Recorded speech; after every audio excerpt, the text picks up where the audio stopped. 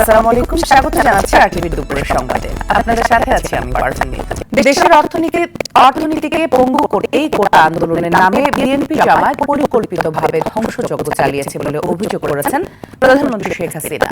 শেরেবাংলা নগরে জাতীয় অর্থোপেডিক হাসপাতাল ও পুনর্বাসন প্রতিষ্ঠানে আহত রোগীদের দেখতে গিয়ে এ অভিযোগ করেন তিনি। পরে মহাখালীতে ক্ষতিগ্রস্ত সেতু ভবন ও দুর্যোগ ব্যবস্থাপনা ভবনও পরিদর্শন করেন সরকার প্রধান। এ সময় এত জ্বালাও পোড়াও, এত মানুষ মারা যাওয়ার পরও আন্দোলন কেন শেষ হচ্ছে না, আর কি উদ্দেশ্য আছে তা জানতে চান শেখ হাসিনা। বিস্তারিত আতিকা রহমানের রিপোর্টে। কোটা সংস্কার আন্দোলনকে কেন্দ্র করে সহিংসতায় আহতদের আর্তনাদে ভারী হয়ে উঠেছে জাতীয় অর্থোপেডিক হাসপাতাল ও পুনর্বাসন প্রতিষ্ঠান। তাদের দেখতে যান প্রধানমন্ত্রী শেখ হাসিনা। সরকার প্রধানকে পেয়ে আহত ব্যক্তি ও স্বজনরা কান্নায় ভেঙে পড়েন। প্রধানমন্ত্রীর কাছে বর্বর হামলার বর্ণনা দেন তারা। আবেগ আপ্লুত হন বঙ্গবন্ধু কন্যা। প্রধানমন্ত্রী এ সময় জানান, আহতদের চিকিৎসার সব দায়িত্ব সরকারের এবং নিহতদের পরিবারকে আর্থিক সহায়তা দেওয়া হবে। আহত তাদের সকলের চিকিৎসা সুষ্ঠুভাবে হচ্ছে। আজকে চিকিৎসার জন্য যারা লাগবে আমরা করে দিচ্ছি। আর যারা পা হারিয়েছে বা হাত হারিয়েছে আমরা কৃত্রিম পায়ের ব্যবস্থা করে দেবো, যাতে তারা আবার সুস্থ মানুষের মতো চলতে পারে। এর মধ্যে একজন আবার প্রতিবন্ধীও, তার মা যাতে ভালোভাবে চলতে পারে। প্রতিবন্ধী অবশ্য আমরা ভাড়াও দিচ্ছি, তাকে আরও ব্যবস্থা করে দেবো। প্রধানমন্ত্রী বলেন, সব বাধা পেরিয়ে বাংলাদেশ যখন উন্নয়নের রোল মডেল হয়েছে, বদলে যাচ্ছে দেশের অর্থনীতি, তখনই বিএনপি জামাত দেশের ধ্বংসযজ্ঞ চালাচ্ছে। যখন আমরা একটা উন্নয়নশীল মর্যাদা পেলাম, তখনই এই তার উপরে ঠিক যে জায়গাগুলি মানুষের সেবা করবে সেই জায়গাগুলিতেই আঘাত, আমাদের অর্থনীতিকে সম্পূর্ণ পঙ্গু করে দিয়ে বাংলাদেশকে আবার বিক্ষোভের জাতি করে দেওয়া, এটাই বোধ হয় এদের পিছনে ষড়যন্ত্র। সেটাই হচ্ছে সব থেকে দুঃখজনক। তিনি অক্লান্ত পরিশ্রম করে বাংলাদেশটাকে যখন একটা জায়গায় নিয়ে আসলাম, আজকে সেখানে দেখি এই একদিকে জ্বালাও পড়া সব কিছু তাদের বিচারে যাচ্ছে মানুষকে করতে হবে। আমি এখানে সকলের সহযোগিতা চাই। পরে প্রধানমন্ত্রী মহাখালীতে এলিভেটেড এক্সপ্রেসওয়ের ক্ষতিগ্রস্ত টোল প্লাজা ও সেতু ভবন পরিদর্শনে যান। পদ্মা সেতু এলিভেটেড এক্সপ্রেসওয়ে সহ দেশের যোগাযোগ ব্যবস্থার অনন্য মাইল ফলক তৈরি করা প্রতিষ্ঠান সেতু ভবন পুড়ে ছারখার হওয়ার বিধ্বস্ত অবস্থা দেখে বাকরুদ্ধ হন শেখ হাসিনা।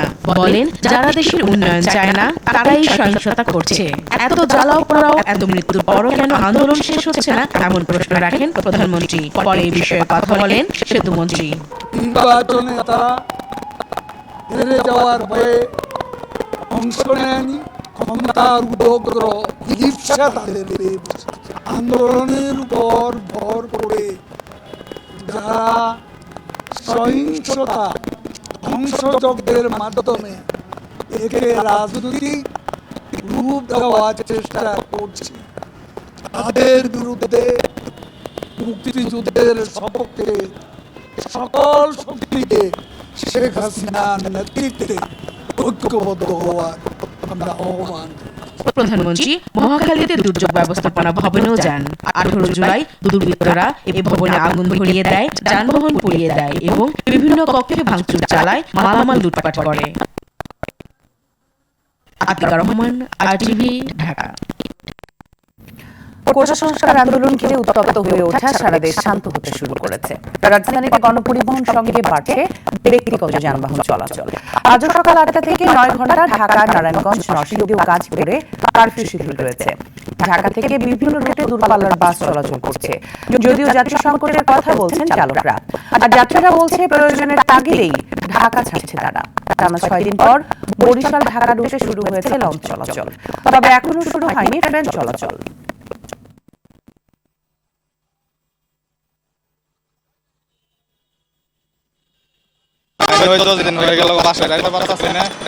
কালকে ট্রেনে গেছিলাম, ওইখানে বন্ধ করা সব কিছু। আজকে না যা বাড়িতে আমার অনেক কলেজে একটু সঙ্গে আছে, কাজ আছে, আমার যাইতে হচ্ছে। 50টা যাত্রী হচ্ছে আমাদের একটা, এটা নিয়ে রানা দিচ্ছি। রাস্তার ভিতরে যদি পাইতে পারলে আমি না পারবো, ভাগ্য খারাপ।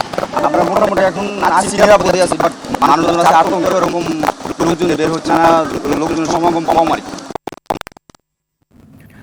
দর্শক, এই মুহূর্তে রাজধানীর কারণ বাজার থেকে সরাসরি যোগ দিচ্ছেন সহকর্মী সাকিবুর রহমান। সাকিব, কারফিউ শিথিল সময় নগরীতে কি অবস্থা দেখছেন আর সাধারণ মানুষ কি বলছেন? মিতু আসলে কারফিউয়ের যে শিথিল সময়টি রয়েছে সেই সময় কিন্তু মানুষের চলাচল বেড়েছে, যেহেতু অফিসগুলো খোলা রয়েছে।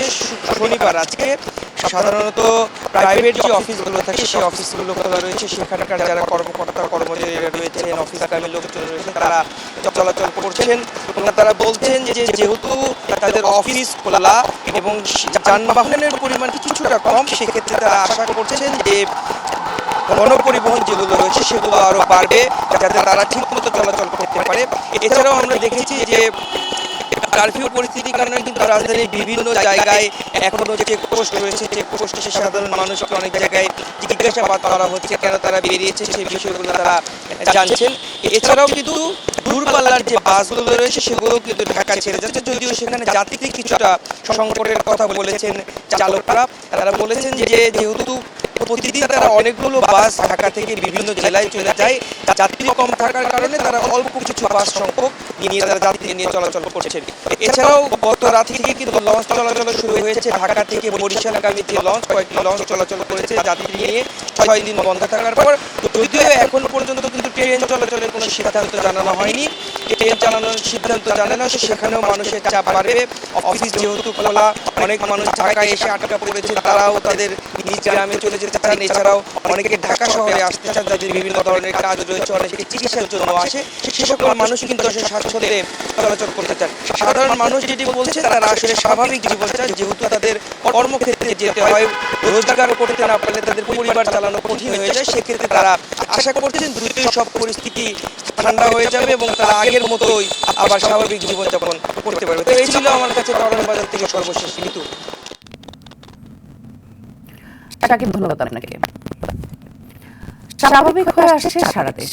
জেলায় জেলায় আইন শৃঙ্খলা রক্ষায় মাঠে আছে সেনাবাহিনী, পুলিশ, র্যাব ও বিজিবি। চট্টগ্রাম সিলেটে সকাল 6টা থেকে রাত 8টা পর্যন্ত কারফিউ শিথিল করা হয়েছে। এতে নগরীতে মানুষের চলাচল বৃদ্ধির পাশাপাশি বেড়েছে যানবাহনের চাপ। ছেড়ে যাচ্ছে দূরপাল্লার পরিবহন। রাজশাহীতে সকাল 9টা থেকে বিকেল 5টা পর্যন্ত কারফিউ শিথিল হয়েছে।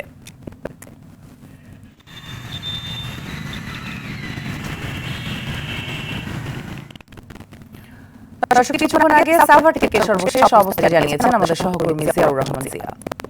দর্শক, এই মুহূর্তে আছি আমি ঢাকা রিচা মহাসড়কের পাকিজা নামক স্থানে।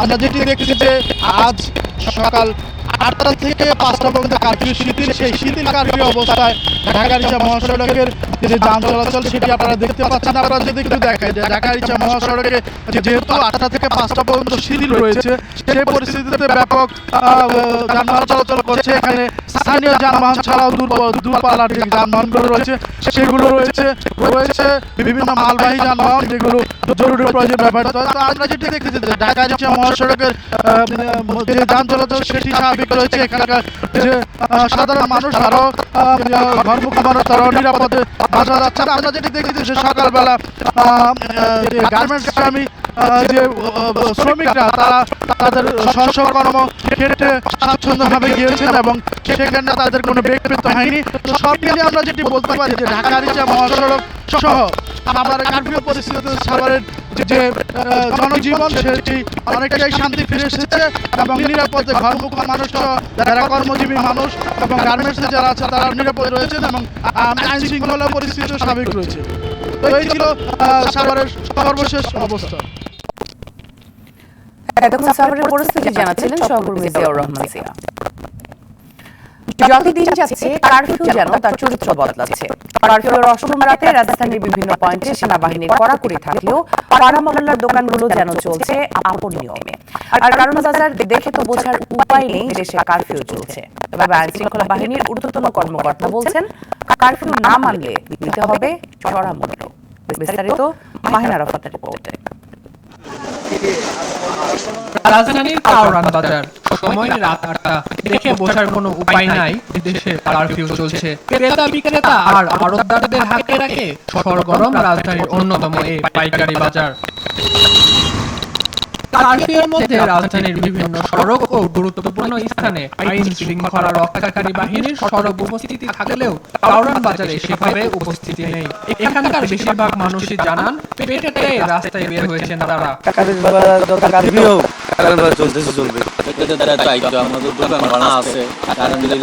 পুলিশ আমাদের কিছু বলে না। কিছু বলতে তাহলে দোকান বন্ধ করে দিতাম। রাজধানীর পাড়া মহল্লায়ও একই অবস্থা। বিকাল 5টা পর্যন্ত কারফিউ শিথিল থাকলেও বেশিরভাগ দোকানই খোলা দেখা যায় রাত অবধি। দোকানিরা জানান প্রয়োজনেই দোকান খোলা রেখেছেন তারা, যতটা সম্ভব চেষ্টা করছেন কারফিউয়ের নিয়ম মানার।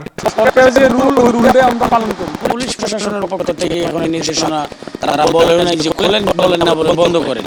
অবশ্য কড়া হুঁশিয়ারি দিচ্ছে পুলিশ, কারফিউ নিয়ম ভাঙলে চড়া মূল্য দিতে হবে বলে জানান ডিএমপির যুগ্ম কমিশনার বিপ্লব কুমার সরকার। শিথিলতার কোনো সুযোগ নেই। সরকারের নির্দেশে Dhaka metropolitan police commissioner Dhaka metropolitan এলাকায় যে কারফিউ জারি করেছে, এই কারফিউ যারা অমান্য করবে তাদেরকেও আইনের আওতায় আনা হবে। কারফিউ যখন উদ্বোধন হবে বা শিথিল হবে তখন আপনি আপনার যে দৈনন্দিন যে কর্মকাণ্ড সেগুলি পরিচালনা করবেন। রাজধানীর পথে ঘাটেও কারফিউয়ের মধ্যে চলছে গাড়ি, তবে প্রত্যেকটি গাড়িকে পড়তে হচ্ছে টহলরত সেনাবাহিনীর জিজ্ঞাসাবাদে। মাহিনা আরাফাত, আরটিভি। কোটা সংস্কার আন্দোলন ঘিরে সৃষ্ট সহিংসতায় মাদারীপুর শহরের অন্তত 150 সিসি ক্যামেরা ভাঙচুরের অভিযোগ উঠেছে। সংশ্লিষ্টরা বলছে শিক্ষার্থীদের আন্দোলন চলাকালে সিসি ক্যামেরা ভেঙে তাণ্ডব চালায় দুর্বৃত্তরা। এতে চরম নিরাপত্তা ঝুঁকিতে মাদারীপুর শহর। এদিকে পুলিশ বলছে অপরাধীদের ধরতে অভিযান চলছে। মাদারীপুর সংবাদদাতা সাইফুল ইসলামের তথ্য ছবিতে সৈয়দ মাহমুদের রিপোর্ট। মাদারীপুরের গোলবাড়ি এলাকায় জেলা প্রশাসকের কার্যালয়। প্রশাসনিক কাজে প্রতিদিন হাজারো মানুষের যাতায়াত এই পথে। স্থানীয়রা বলছেন সড়কটিতে থাকা অত্যাধুনিক সিসিটিভি ক্যামেরা ভেঙে ফেলেছে দুর্বৃত্তরা। স্থানীয়দের অভিযোগ, কোটা সংস্কার আন্দোলন চলাকালে জেলা জজ আদালতের সামনে বসানো ও এলজিডি অফিসের মূল ফটকে বসানো সিসিটিভি ক্যামেরাটিও ভেঙে ফেলেছে দুষ্কৃতিকারীরা। এতে শহরে চলাচলে তৈরি হয়েছে চরম অনিরাপত্তা। মানুষ নির্বিঘ্নে চলাফেরা করতে পারে না, সবসময় তারা আতঙ্কের মধ্যে থাকে। নিরাপত্তাহীনতা তারা বলতেছি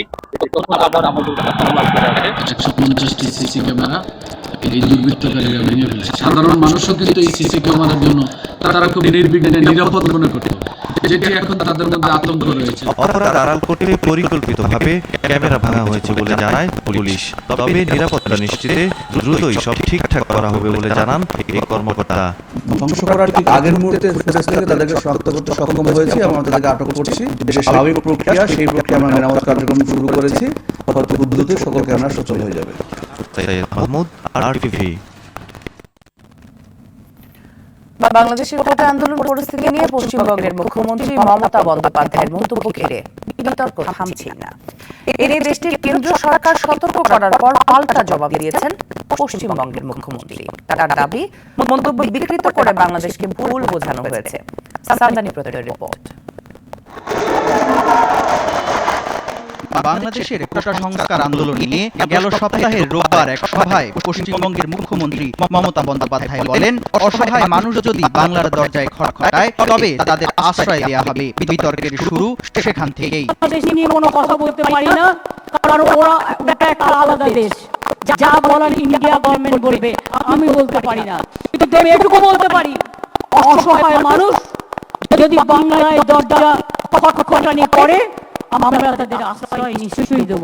রাজ্য সরকার এমন অবস্থান নিতে পারে কিনা প্রশ্ন ওঠে তা নিয়ে। মমতার মন্তব্যের প্রতিবাদ জানায় বাংলাদেশ। দিল্লিকে চিঠি দেয় ঢাকা। পররাষ্ট্রমন্ত্রী বলেন, তার মন্তব্যের জেরে বিভ্রান্তি ছড়িয়েছে। আমাদের প্রতিবেশী রাজ্য ভারতের মাননীয় মুখ্যমন্ত্রী, তার সাথে আমাদের সম্পর্ক অত্যন্ত চমৎকার, ঘনিষ্ঠ, উষ্ণ। কিন্তু তার এই বক্তব্যে অনেকটা বিভ্রান্তি ছড়ানো হয়েছে। সেজন্য আমরা তার এই বক্তব্যের ব্যাপারে ভারত সরকারকে ইতিমধ্যেই নোট দিয়ে আমরা জানিয়েছি। শুক্রবার ভারতের পররাষ্ট্র মন্ত্রণালয়ের মুখপাত্র রণধীর জয়সওয়াল বলেন, অন্য কোনো দেশ বা বৈদেশিক বিষয় নিয়ে পদক্ষেপ নেওয়ার অধিকার রাজ্য সরকারের নেই। সাংবিধানিকভাবে বিষয়টি ভারত সরকারের হাতে। বাংলাদেশে থাকা সকল ভারতীয় শিক্ষার্থী নিরাপদে আছে। আমি পরিষ্কার করে বলতে চাই, এই নিয়ে মন্তব্য করার এখতিয়ার কোনো রাজ্যের নেই। আন্তর্জাতিক বিষয় নিয়ে কোন রাজ্যের নাক গলানোর প্রয়োজন নেই বলে মমতাকে কড়া বার্তা দেয় দেশটির পররাষ্ট্র মন্ত্রণালয়। ঘটনার 24 ঘন্টা পেরোনোর আগেই দিল্লিকে পাল্টা জবাব দিলেন মমতা। শনিবার নয়াদিল্লিতে সাংবাদিকদের প্রশ্নের জবাবে তিনি বলেন, বিদেশ নীতি তিনি অন্য কারো থেকে ভালো জানেন, তাকে শেখানো উচিত নয়। মমতা এখন বলছেন বাংলাদেশ নিয়ে তার মন্তব্য বিজেপি নেতারা বিকৃত করেছে এবং বাংলাদেশকে ভুল বোঝানো হয়েছে। বঞ্চনা করা হয়েছে। সামদানি প্রত্যয় আর টিভি। শৃঙ্খলা ফিরছে নিত্য পণ্যের সরবরাহ ব্যবস্থায়। পণ্যের চাহিদার তুলনায় ভরপুর বাজার। রাজধানীর কারণ বাজারে প্রায় 400 টাকায় উঠে যাওয়া কাঁচামরিচের দাম নেমেছে 200 টাকার নিচে। ডজনে 15 টাকা কমে বাদামি ডিম বিক্রি হচ্ছে 145 টাকায়। কেজিতে 5 টাকা কমে চিনির দাম নেমেছে 130 টাকায়, আর 5 টাকা বেড়ে সয়াবিন তেলের দাম উঠেছে 165 টাকা লিটার। Selim market report. কোটা সংস্কার আন্দোলনের জেরে কারফিউ জারি করে সরকার। এতে মহাসড়কে পণ্য পরিবহন বিঘ্ন ঘটায় চাপ বাড়ে বাজারে, বেড়ে যায় বেশ কিছু পণ্যের দাম। তবে কারফিউ কিছুটা শিথিল হওয়ায় সরবরাহ বেড়েছে, কমতে শুরু করেছে দামও। হঠাৎ কাঁচামরিচের দাম উঠে যায় 400 টাকা, তা এখন বিক্রি হচ্ছে 150 টাকা কেজি দরে। কমেছে অন্যান্য সবজির দামও। কেজিতে কমছে 120 টাকা 150 টাকা, 300 টাকা কেজি আসলে এখন মাত্র 160 টাকা 70 টাকা কেজি। আলু আছে 60 80, কচুর মুখি আছে 40 টাকা 50 টাকা, কারবাল আছে 60 টাকা কেজি, করলা আছে 140 160। বেড়ে যাওয়া ডিমের দাম ফিরেছে স্বাভাবিক অবস্থায়। 1300 টাকা পর্যন্ত ডিমের সহ ছিল, 52 টাকা হালি ছিল, 48 টাকা হালি হয়েছে, 145 টাকা লাল ডিমের ডজন হয়েছে, সাদা ডিমের ডজন 140 টাকা হয়েছে, 80 ডিম 210 টাকা। প্যাকেটে চিনি কেজিতে কমেছে 5 টাকা, তবে বেড়েছে সয়াবিন তেলের দাম। দাম একটু কমছে, আগে ছিল 135 টাকা, এখন 30 টাকা। তেল একটু বাড়ছে, আগে যেমন 1 লিটার ছিল 160 টাকা, এখন 165 টাকা। বড় মৌসুমের চালে বাজার ভরপুর, তারপরও দাম ঊর্ধ্বমুখী। কেজিতে বেড়েছে 1 থেকে 3 টাকা। মিনিকেটটা আমরা আগে বিক্রি করতাম 65-66 টাকা, মিনিকেটটা বিক্রি করতে 68 থেকে 70 টাকা, তারপর 2.5 চালটা বিক্রি করতে 50 থেকে 52 টাকা, 54 থেকে 55 টাকা বিক্রি করতে। কারণ আমাদের দেশে তো গরিব মানুষ বেশি, তো এই কারণে মোটা চালটার দাম বেশি বাড়ছে। আমরা যে 45-46 টাকা যে মোটা চালটা ছিল, ওই মোটা চালটা 52 টাকা পর্যন্ত হয়েছে। দেশি মাছের দাম স্বাভাবিক থাকলেও কমেছে ইলিশে। কেজি প্রতি ব্রয়লার মুরগি বিক্রি হচ্ছে 170 থেকে 180 টাকায়, আর সোনালী মুরগি 280 থেকে 290 টাকায়। সেলিম মালিক, RTV, ঢাকা। অলিম্পিকের খবর। জমকালো আয়োজনে হয়ে গেল প্যারিস অলিম্পিকের উদ্বোধন। আইফেল টাওয়ারে লেজার শো, সিন নদীতে মার্চ পাস্ট সহ বর্ণিল সব আয়োজনে ভালোবাসার নগরীতে বসল বিশ্ব অ্যাথলেটের মিলন মেলা। বাকি উন্মাদনা ছাড়িয়েছে লেডি গাগার পরিবেশনা। অলিম্পিকের ইতিহাসে প্রথমবারের মতো স্টেডিয়ামের বাইরে যাওয়া উদ্বোধনী শত প্রতিকূলতাকে পেছনে ফেলে হাজির হয় বিশ্ব নেতারা। মাহফুজুল ইসলামের রিপোর্ট। হামলা সেসব উপেক্ষা করে আইফেল টাওয়ারে জ্বলে উঠল আলোর ঝলকানি। লেজার শো দিয়ে শুরু। গেম শুরুর কয়েক ঘন্টা আগে প্যারিসের রেল লাইনে দুষ্কৃতিকারীদের হামলায় পুরো শহরের নিরাপত্তা ব্যবস্থা নিয়ে যখন হচ্ছে আলোচনা, তখন সেসবকে পাশ কাটিয়ে মূল অনুষ্ঠানে হাজির জাতিসংঘের মহাসচিব থেকে শুরু করে স্পেনের রাজা, সাথে ছিলেন কাতারের আমির শেখ তামিম সহ বিশ্ব নেতারা।